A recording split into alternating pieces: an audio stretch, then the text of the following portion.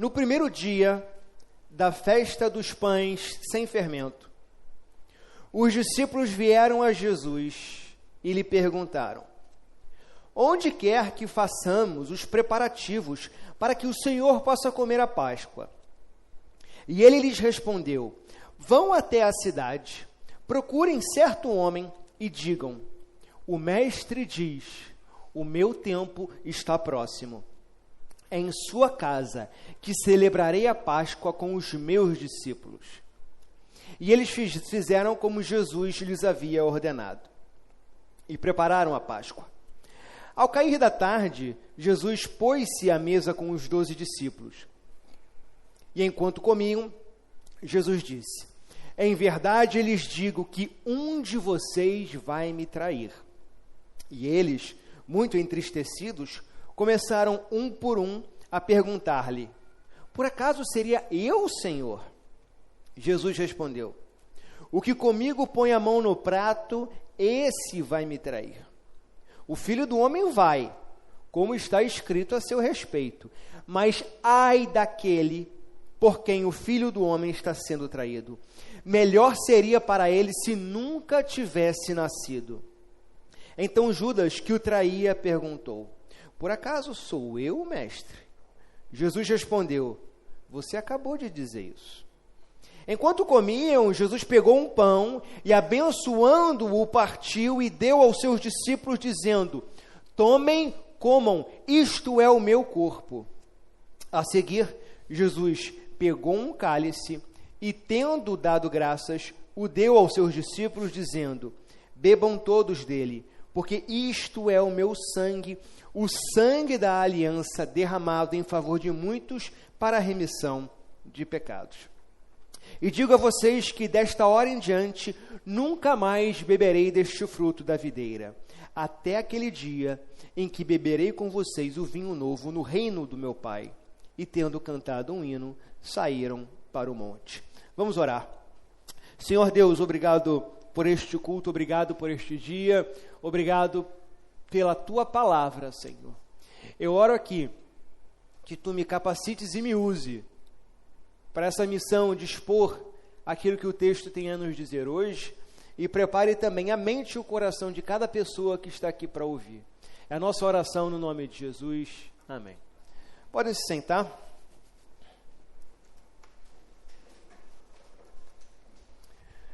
Como a gente tem visto, a narrativa do Evangelho de Mateus, ela vai se desenvolvendo num crescendo de tensão. A gente tem visto os embates de Jesus com os fariseus, e a partir desse momento aqui, esse embate passa das palavras às ações. No sermão do domingo passado, a gente viu a conspiração do Sinédrio para matar Jesus. E aqui no capítulo 26 de Mateus, a gente tem um pico na tensão entre as partes, e o destino de Jesus já está selado. O destino de Jesus é irreversível. Nesse capítulo 26, a gente já tem a certeza: Jesus será violentamente morto. E no último ato de Jesus com os seus apóstolos, já começando a sentir o peso do pecado sobre os seus ombros, peso esse que resultará na sua iminente morte. A morte de Jesus aqui já é uma questão de horas. Ele institui o sacramento da comunhão, o sacramento da ceia do Senhor. E é interessante que no mesmo contexto em que ele insere o sacramento que trata da comunhão entre os cristãos, entre nós aqui hoje, 2000 anos depois, e do sacramento da comunhão entre nós, enquanto corpo da igreja, com o nosso Senhor, ele anuncia, para espanto sincero dos seus discípulos, que daqueles que intimamente comungavam com ele, haveria de traí-lo. Na entrega do seu corpo, naquele excruciante sacrifício de sangue na cruz, ele o fez sabendo que muitos comungariam indignamente do seu corpo. E nós vamos ver como o contexto da instituição da ceia é um contexto perfeitamente propício para a revelação de que ali haveria um traidor. E ao mesmo tempo em que ele institui a ceia, já anunciando mais uma vez aos seus discípulos que a sua morte não era um acaso, não era um desvio da história, não, mas ele está deixando claro aqui, olha, tudo que vai acontecer está previsto pela divina providência. Não se surpreendam. Ainda assim eles se surpreenderam. Mas o texto deixa muito claro que não tem nada aqui fugindo do controle da providência de Deus. Muito pelo contrário. Ele anuncia implicitamente no final a sua vitória sobre a morte e a realização escatológica do reino de Deus. Então toda essa passagem vai deixar claro para a gente que não tem nada aqui fugindo do controle da providência divina. Mesmo a barbaridade daquilo que está prestes a acontecer está previsto na divina providência de Deus. Mantenham suas Bíblias abertas e a gente vai comentando versículo por versículo. No versículo 17, no início, fala o seguinte: no primeiro dia da festa dos pães sem fermentos, ou festa dos pães asmos, a depender da sua tradução aí, os discípulos vão até Jesus e perguntam para ele: onde que o Senhor quer que nós façamos os preparativos para que a gente possa comer a refeição pascal? E ele lhes responde: vão até a cidade e procurem certo homem e digam: o mestre diz, o meu tempo está próximo. É em sua casa que celebrarei a Páscoa com os meus discípulos. Então eles fazem exatamente como Jesus havia ordenado. A festa dos pães sem fermento era uma das principais solenidades do calendário do Antigo Testamento. E a sua instituição tinha relação direta com a libertação física, com a libertação material do povo de Deus naquela época.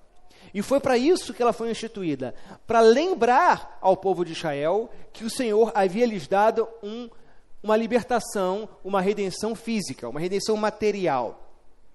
E o uso do pão sem fermento não era muito incomum naquela época. Muitas refeições eram feitas com pão asmo, com pão sem fermento. Só que isso ocorria em situações específicas que demandavam alguma urgência, alguma imediatez.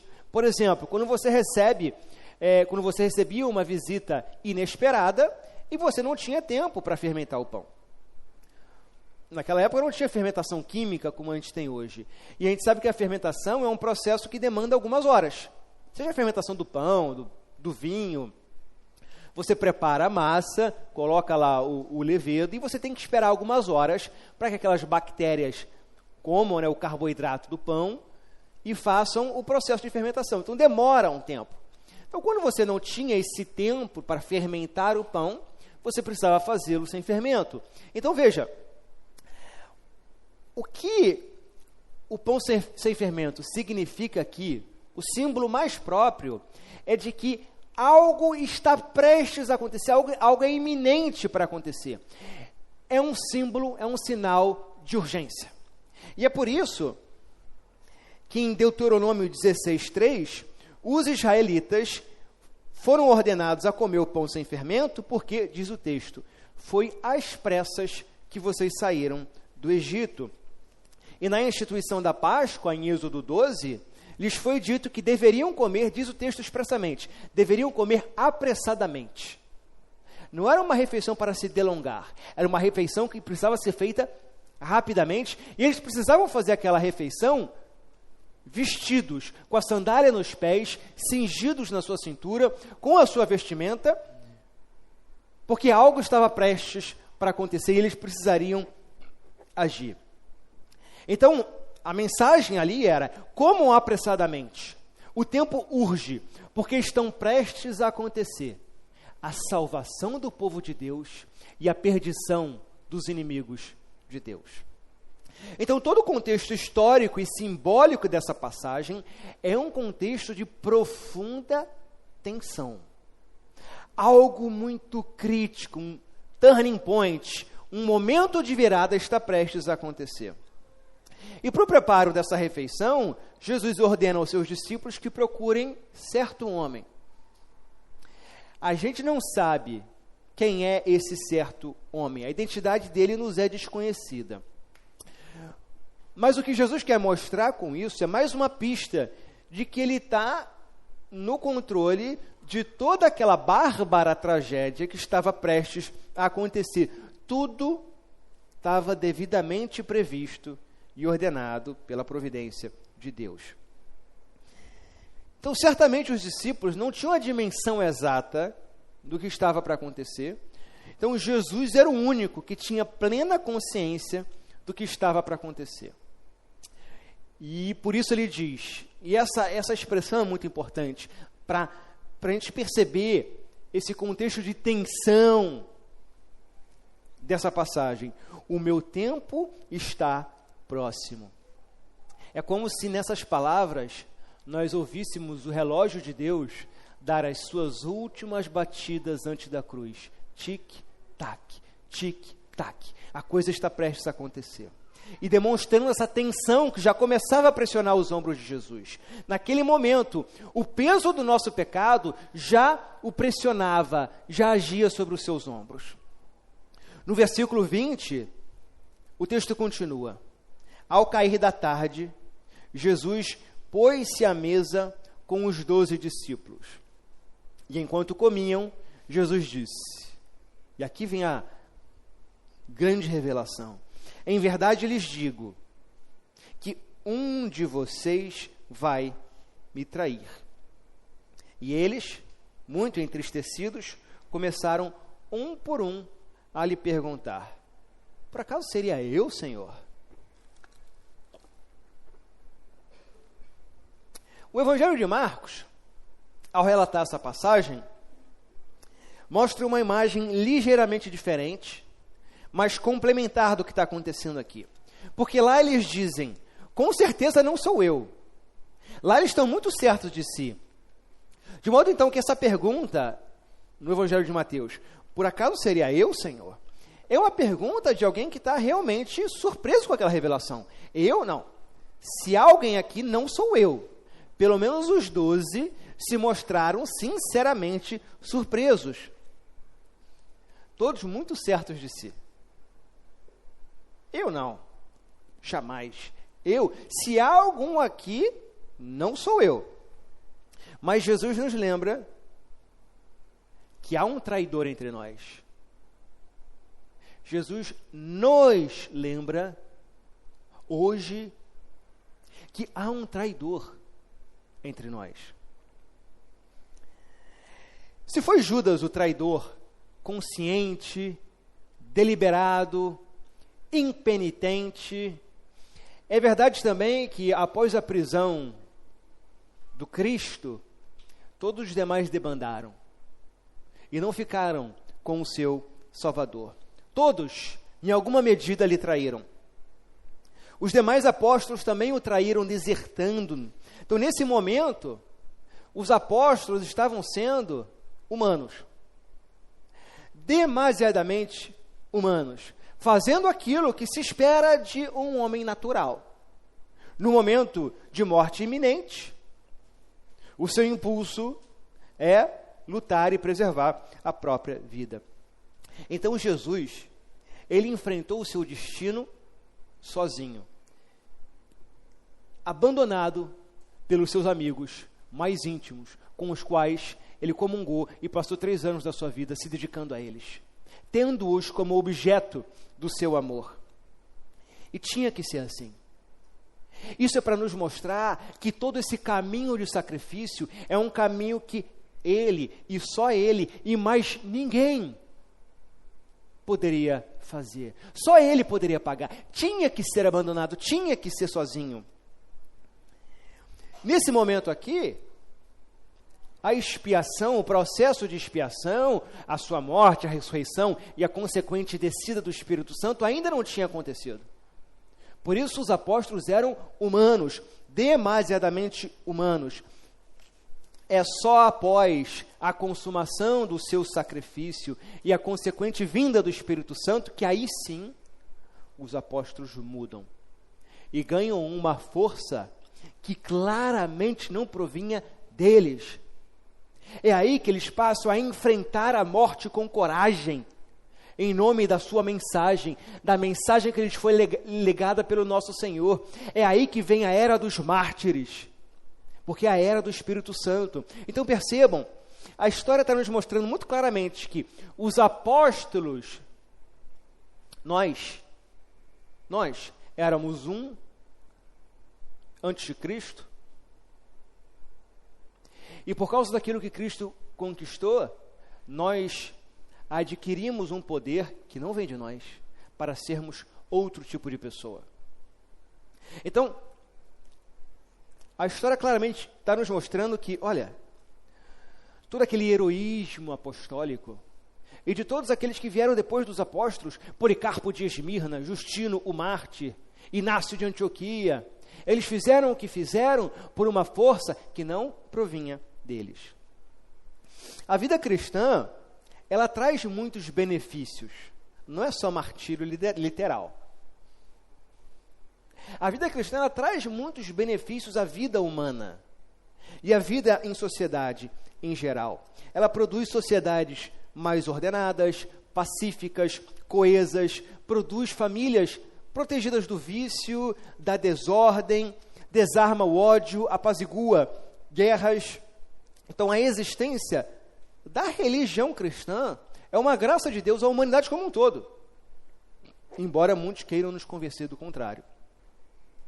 Só que é muito confortável para nós quando a nossa fé se resume ao usufruto dos seus benefícios. Porque, veja, fundamentalmente a ceia nos lembra que o chamado à fé é um chamado à morte. Unir-se a Cristo é unir-se a Ele na sua morte. É, portanto, estar pronto para enfrentar o mundo quando o mundo nos trata como tratou o nosso Salvador. E aqui a gente precisa ter um pouco de esperteza, daquela astúcia das serpentes, porque o mundo muito critica a igreja. A história da igreja é a história daquilo que não deveria ter sido feito. Essa é a imagem que o mundo... É assim que a gente aprende na escola, não é verdade? Quem passou pela escola aqui, teve suas aulas de história, já ouviu alguma menção positiva aos 2000 anos da história da igreja? Não. É só a igreja que matou Galileu, que fez a Inquisição, que fez as coisas. É só coisa ruim. E a gente, às vezes, acaba sendo convencido de que essa aversão do mundo pela igreja é fundamentalmente responsabilidade dos desvios da igreja. Ah, porque o pastor é ladrão, porque o padre é abusador. Mas o próprio Jesus disse em João 7,7 aos seus discípulos na época: o mundo não vos pode odiar, porque vós sois do mundo. Mas o mundo me odeia a mim, Jesus Cristo, porque eu testifico de que suas obras são más. Uma igreja mais parecida com Jesus não é necessariamente uma igreja mais amada, mais respeitada pelo mundo. Às vezes é o contrário. Fundamentalmente, o ódio que o mundo tem pela igreja não é por causa dos desvios da igreja, mas é por causa dos acertos da igreja. O mundo odeia mais a igreja quando a igreja é luz, quando a igreja é sal. De modo que julgar a igreja pelos seus erros é como julgar os 12 por Judas. E é isso que o mundo faz para racionalizar esse ódio visceral à igreja, que pela sua própria existência testifica de que as obras do mundo são más. Então é um chamado à morte, à disposição de morrer. Mas também é fácil, muitas vezes, nós nos escondermos por detrás de uma verbalização da disposição de morrer por Cristo. Não. Eu estou convencido, eu estou disposto a morrer por Cristo. É fácil a gente se esconder por trás desse discurso, porque no contexto atual em que a gente vive, Brasil, dificilmente você vai se ver numa situação em que literalmente você tenha que entregar o seu sangue por Cristo. Não é verdade? Então isso deve nos lembrar que morrer por Cristo implica algo muito concreto, muito prático, muito cotidiano, que é viver por Cristo. E essa é a maior dificuldade. A mesma dinâmica acontece, por exemplo, nas nossas famílias. Eu morreria pelos meus filhos, eu morreria pela minha esposa. Muita gente fala isso no momento de expressão de amor, mas não consegue viver por eles. Não consegue vencer o desconforto, a preguiça, para fazer aquilo que é certo por aqueles que dependem de você. Não consegue vencer a indisposição para ser assíduo aqui na comunhão. Hebreus fala, Alan pregou recentemente, não deixem de congregar. Domingo, dia de praia, futebol, Maracanã, tantas coisas melhores para se fazer do que está aqui. E a gente encontra uma enorme dificuldade de viver como quem morreu. E é a isso que a nossa fé nos chama. Se nós não somos capazes de morrer para nós mesmos na rotina, na disciplina dos filhos, no amor aos nossos filhos, ao nosso cônjuge, na renúncia ao nosso orgulho, na dedicação aos nossos irmãos aqui, irmãos esses que sim nos dão trabalho, às vezes é inconveniente, mas se a gente não consegue morrer para nós mesmos na rotina, então é absoluta ilusão acreditar que na hora H nós estaríamos dispostos a derramar o nosso sangue por Cristo. Viver, morrer por Cristo, como aconteceu no nosso batismo, é o que diz o apóstolo Paulo. Nós morremos a morte de Cristo no nosso batismo, implica acordar todo dia, lembrando que nós não pertencemos mais a nós mesmos, porque nós morremos. E se nós morremos, nós devemos viver como alguém que morreu. Morreu para si mesmo, para que nós possamos viver para o nosso Senhor e Salvador. Então, viver por algo pode ser algo muito mais difícil do que morrer por algo. Porque viver por algo exige uma escolha concreta e prática todos os dias. Não dá, não tem subterfúgio. Exige ação concreta. Da mesma forma, morrer por Cristo implica uma escolha concreta e prática todos os dias de viver como cristão. E a ceia nos lembra de que o caminho da fé começa com a nossa morte. É a lembrança da morte do nosso Senhor e a lembrança que no nosso batismo nós fomos unidos a Ele na sua morte. Versículo 23. E aí Jesus dá a resposta. O que comigo põe a mão no prato, esse vai me trair. E com isso aqui, ele não está fazendo uma revelação específica. Não está dizendo que é Judas. Essa é uma impressão equivocada, porque a própria dinâmica das refeições ali naquela época faria com que todos ali colocassem a mão no prato com Jesus. Era assim que se comungavam as refeições naquela época. O ponto de Jesus com essa expressão, o que comigo põe a mão no prato, é que esse traidor é um amigo. É alguém que lhe é íntimo. É alguém que foi objeto do seu afeto, objeto do seu amor. Alguém de quem ele lavou os pés. Alguém com o qual ele comungou. Você não convida para sentar à mesa da tua casa um estranho. Você convida para sentar à mesa da tua casa aqueles com os quais você tem alguma intimidade. Ou, no mínimo, aqueles com os quais você quer ter uma intimidade. Você abre a porta da sua casa hospitaleiramente com uma expressão do seu amor, do seu afeto. E é isso que agrava a intensidade da traição de Judas. E não é à toa, por isso que eu disse que esse é um momento absolutamente propício para a revelação do traidor. Porque Jesus está mostrando que aquele traidor foi alguém que foi objeto do seu amor. Alguém de quem ele lavou os pés, que ele estava disposto a comungar. Não foi por falta de amor recebido. Não foi por falta de oportunidade. Por isso que o grande escritor medieval italiano Dante, na sua descrição do inferno, ele coloca Judas na boca do diabo, no centro do inferno, na boca do diabo. Porque não há crime maior do que apunhalar pelas costas alguém que só te amou, que nenhum mal lhe fez.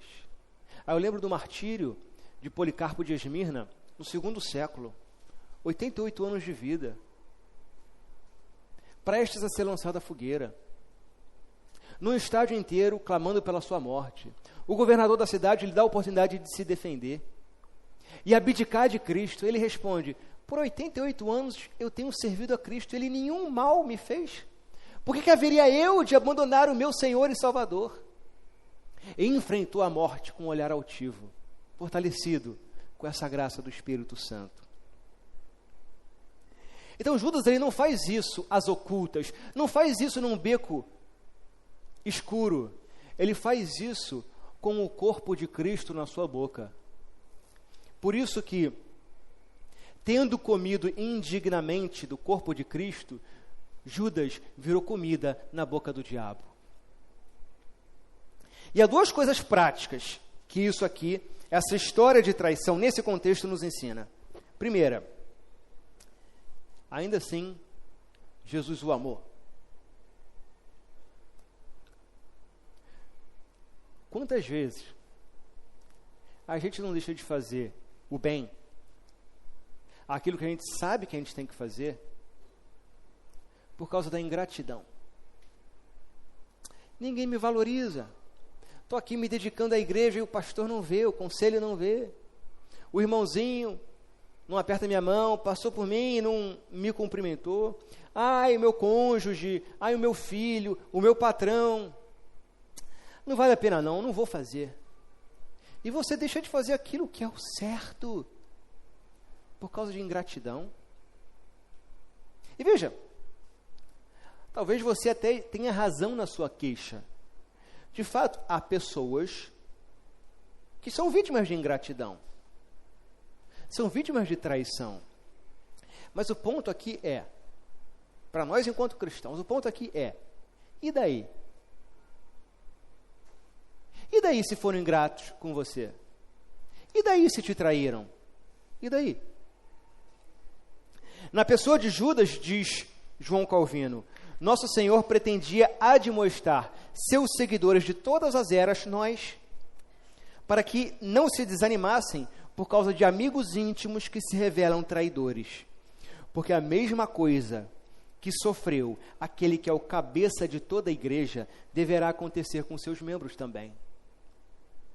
O cristão precisa fazer aquilo que tem que ser feito, independentemente do que vão pensar de nós, independentemente do feedback que vão nos dar, independentemente se serão gratos por nós ou não. Porque assim como Jesus, ali no Getsemane, o que Jesus ora? Vamos lembrar da oração dele. Basicamente ele diz o seguinte: Pai, esse cálice é amargo demais. Eu não sei se eu consigo. Se possível, afasta de mim esse cálice. É muito amargo para mim, eu não queria. Mas, acima do meu querer, eu quero o teu querer. Então, se esse cálice amargo, para eu ingerir, for da tua vontade, eu sei que tu tens razão. E se é da tua vontade, que assim seja. Jesus não estava ali para fazer a sua própria vontade, mas a vontade do Pai. Por isso que Paulo vai dizer em Colossenses 3:23, para nós, tudo o que fizerdes, fazei-o de todo o coração, como para o Senhor, e não para os homens. Essa é a postura que tem que estar no nosso coração ao fazermos o bem. Receber a gratidão é bom, E nós devemos ser gratos por aqueles que nos fazem bem, ok? Mas a gente não pode fazer o bem condicionado à reação positiva de terceiros. Se você se dedicou aos seus filhos e eles são ingratos, tudo que fizerdes, fazei-o de todo o coração, como para o Senhor e não para os homens. E Jesus aqui tem a sua última ceia, depois de lavar os pés de Judas, institui o sacramento que aponta para o seu sacrifício e se mostra disposto a comungar com um assassino de Deus. Isso aqui então nos ensina o que fazermos quando formos nós o objeto da traição, quando formos as vítimas. Mas Judas também é um tipo. É um padrão recorrente. Jesus é o teu amigo, aquele de quem você come o pão, aquele que abre as portas da sua própria casa para recebê-lo por uma saborosa e hospitaleira refeição, recebendo com todo amor, afeto e carinho, e ainda assim você lhe rasga a carne com os pregos da cruz e perpassa-lhe o coração com a lança. E se tem uma coisa que essa passagem nos lembra, é da gravidade do que nós fazemos ao voltarmos nossas costas ao Cordeiro de Deus, que se sacrificou por nós, do crime que nós cometemos quando nós vivemos como se nós não tivéssemos morrido para Ele. Da barbaridade, da enormidade que é, diante dessa história, diante do fato de termos sido alvo desse amor, nós vivemos de modo indiferente. Como assim?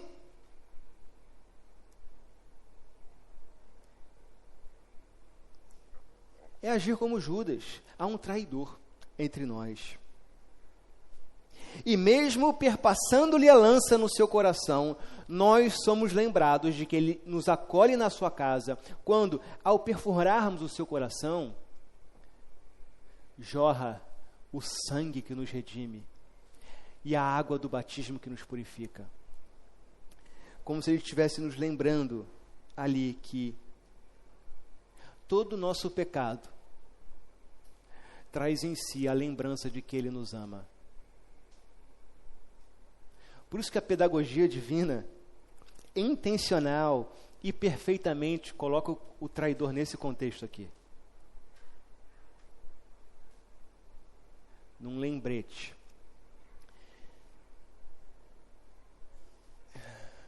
De que façamos o que fizermos, Ele nos ama. A ceia é o lugar onde traidores cravam seus pecados no peito de Cristo.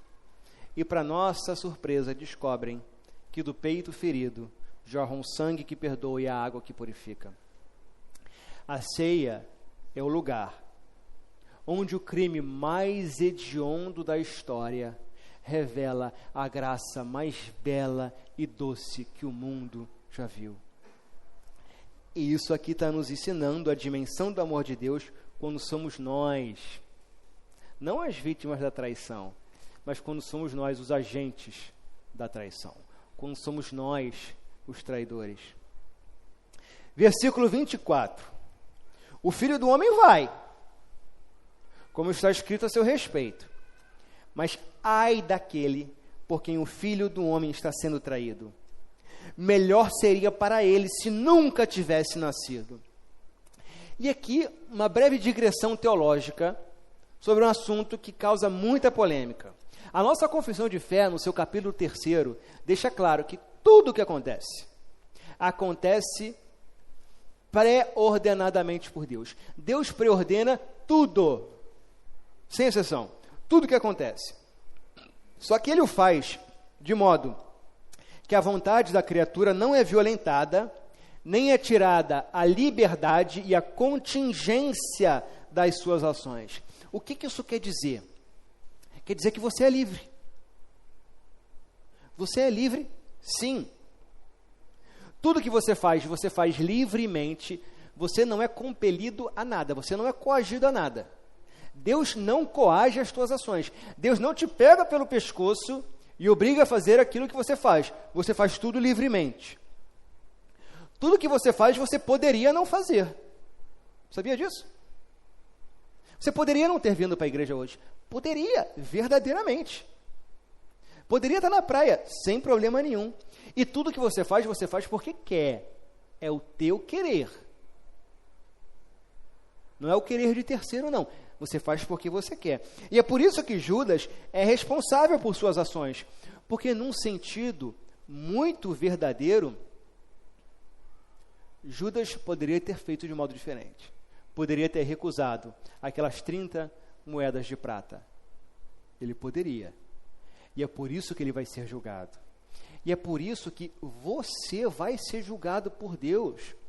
Porque todos os seus pecados são queridos por você. São fruto da tua vontade. Você não é compelido a nada. Versículo 25. Então Judas, que o traía, perguntou: por acaso sou eu, mestre? Jesus respondeu: você acabou de dizer isso. Em algumas traduções, tu o dizes. Você que está dizendo. Jesus aqui está mostrando concretamente a essência da teologia que Paulo nos mostra em Romanos 1. Romanos 1 lá vai dizer que o ser humano natural mesmo, a parte da graça especial de Deus, ele sabe tudo que é errado. Aí você lê a lista lá no final de Romanos 1, a lista é bem extensa. O ser humano natural sabe que determinados atos sexuais são pecados, sabe que desrespeitar pai e mãe é pecado, sabe tudo disso. E sabe também que quem faz isso é merecedor da pena capital. O ser humano sabe. Por que o ser humano não faz? Porque não quer. E por não querer, o seu coração meio que te cega para a realidade, fazendo você enxergar não aquilo que é, mas aquilo que você quer ver. Não é isso? Você pensa, por exemplo, dá um exemplo muito concreto. Você vai num estádio de futebol, Maracanã lotado numa final. E aí um juiz apita uma falta dentro da área, pênalti. Aí você, diante do mesmo fato, metade do estádio aplaude o juiz, a outra metade xinga a mãe dele. Alguém que explica isso? Diante da mesma realidade, reações radicalmente opostas. Porque a metade quer aquela decisão e a outra metade não quer. Por isso que dizem, né, que futebol e outras coisas não se discute. Porque a gente discute passionalmente. Se o pênalti é contra o meu time, não foi pênalti. Não foi pênalti. Porque eu não quero. E no futebol a gente pode lidar na brincadeira. Mas a gente faz isso na nossa vida como um todo. Se algo do sermão, se algo da Bíblia nos incomoda, a gente fala que não é. Porque a gente não quer ver. Mas o que Jesus está falando aqui para Judas é, olhando nos olhos dele, você sabe, cara, você que está dizendo, não adianta fingir, não adianta dissimular, não adianta ser cínico, não adianta fingimento, a realidade está diante dos seus olhos. E ele responde isso, olhando nos olhos de Judas, como alguém que estivesse lendo a sua alma, e Judas olha nos olhos dele como se soubesse que estava tendo a sua alma lida, desnuda ali na frente do mestre. Você sabe, cara. Eu tenho 2 filhos, vocês já repararam, né? Sobretudo, já devem ter prestado atenção no menor, que o menor fica dando pirueta aqui no meio do corredor da igreja. A mais velha não, ela é mais lady, né? Ela quase não dá trabalho. Todo o trabalho ficou com o mais novo. Mas a mais velha, a Maria, às vezes ela faz alguma besteirinha, e aí a gente vai para ela e fala, Maria, foi você que fez isso? Não, foi o Isaac. Ela fala uma coisa, mas toda a sua linguagem corporal fala o contrário. Mas ela é uma criança de 4 anos, tentando nos enganar. Acha que nos engana.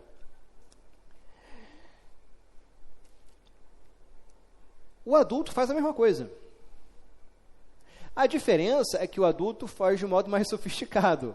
O adulto também dissimula, também finge, também é cínico.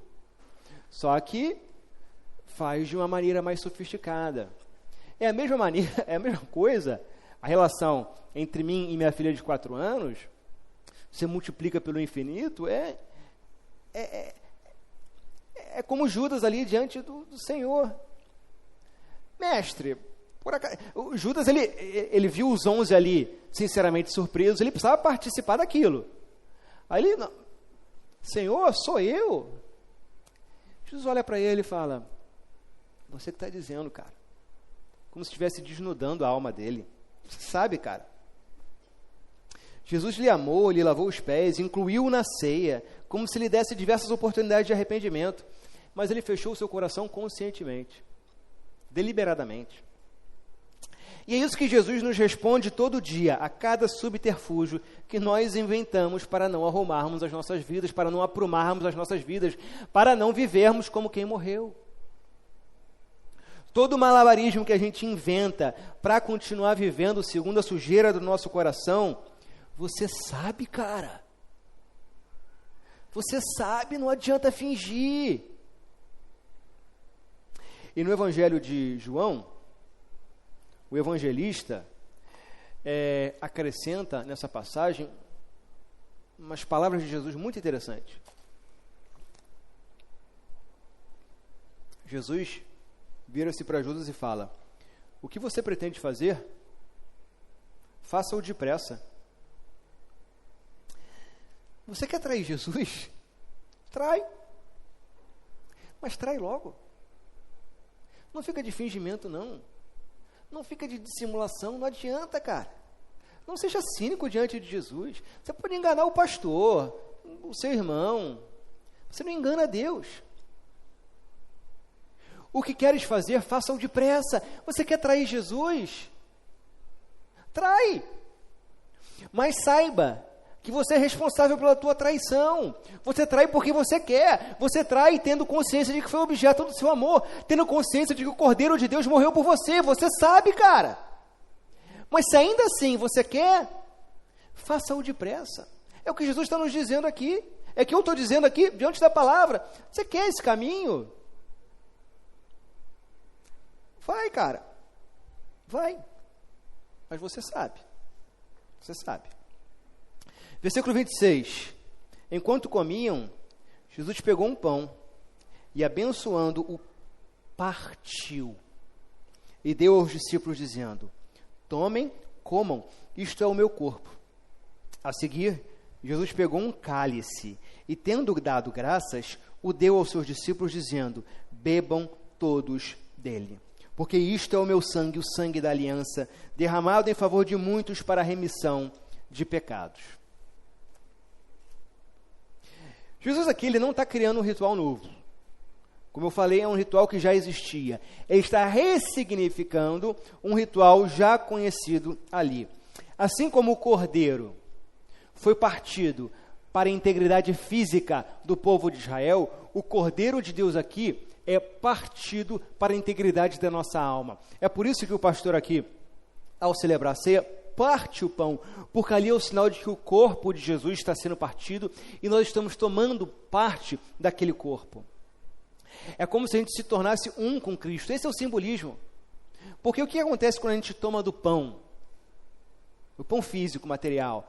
O pão, o alimento, ele se torna parte do nosso corpo. Verdadeiramente se torna parte daquilo que nós somos. Nós nos tornamos um com o pão.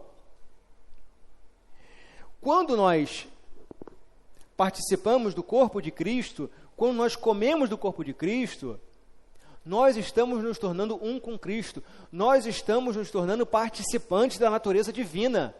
2 Pedro 2,4 fala isso. Nós estamos nos tornando, assim como acontece com o alimento físico, nós estamos nos tornando participantes da substância divina.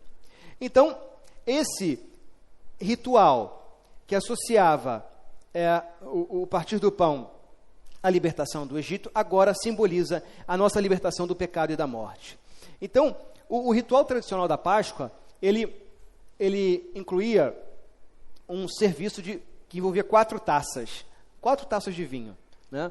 E no serviço de cada taça, o patriarca, ele respondia cada parte do processo de salvação que Deus promoveu ao povo de Israel. Isso está lá em Êxodo 6, não vou ler aqui para não delongarmos muito. A terceira taça era a taça da bênção, que anunciava a redenção. E muito provavelmente, quando Jesus toma do cálice, ele está com o terceiro cálice na mão, o cálice da redenção, e ele anuncia: este é o corpo que nos redime. Esse é o sangue que nos redime, é o sangue da aliança. Mas ele não toma a quarta taça. Versículo 29. E digo a vocês, desta hora em diante, nunca mais beberei deste fruto da videira, até aquele dia em que beberei com vocês o vinho novo, a quarta taça, no reino de meu Pai. Essa era a taça que prometia a consumação do reino de Deus. A quarta taça será a taça do banquete messiânico. Então a ceia do Senhor aponta para o passado aquilo que Jesus já fez e aponta para aquele dia que nós estaremos de novo com Ele, comungando da quarta taça, a taça da consumação do reino de Deus. E eis aqui o anúncio do Evangelho: aquela foi a sua última ceia. Mas vai chegar o dia em que essa ceia vai ser concluída e estaremos lá, todos nós, os que verdadeiramente nos arrependemos e vivemos como quem morreu por Cristo. A ceia, meus irmãos, ela é um drama divino. É como se fosse um teatro divino. Não tem como participar desse drama de fora. Todos nós somos atores ativos na ceia, na Eucaristia. Nós sempre estamos atuando ou no papel do traidor penitente, como Pedro, que se arrependeu de ter negado o seu mestre, ou no papel do traidor impenitente, como Judas. Por acaso sou eu, mestre?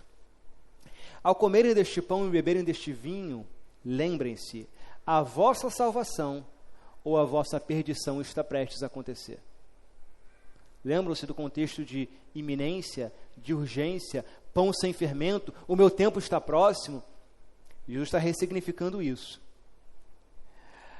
A sua salvação está prestes a acontecer, ou a tua perdição.